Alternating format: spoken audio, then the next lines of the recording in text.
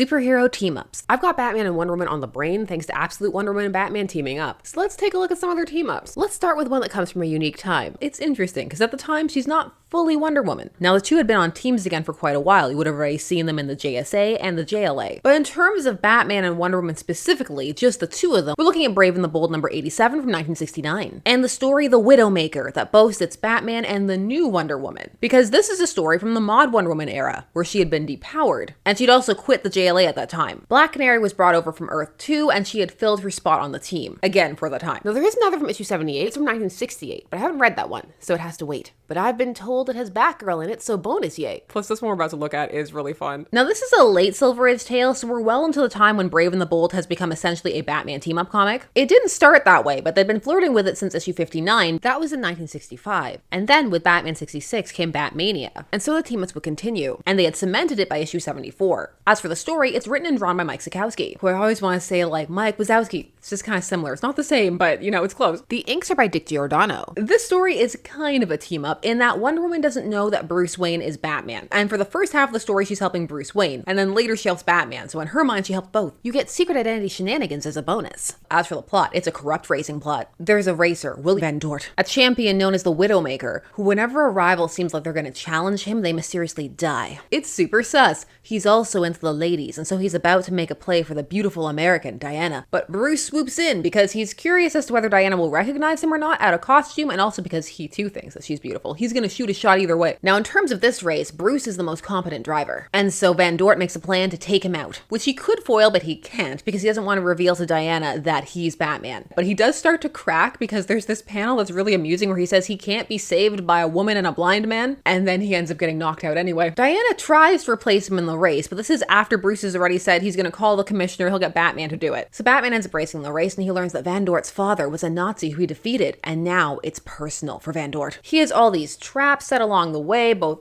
off the track and on it, and Diana is taking out the ones outside the track without Batman's knowledge at first, and he handles the ones on it. A slight change of plans by one of Van Dort's henches leads to Van Dort dying a fiery death, and Batman wins! But Diana accidentally stole a car when she was going to help him, and as she's being led away because she's being arrested, Batman asks if she'd like to go to dinner with Bruce Wayne, and she says yes if he'll pay the bail. That would have been way more amusing if she knew who he was. Mod Diana is an interesting time, and fans tend to have strong feelings about it. What are yours?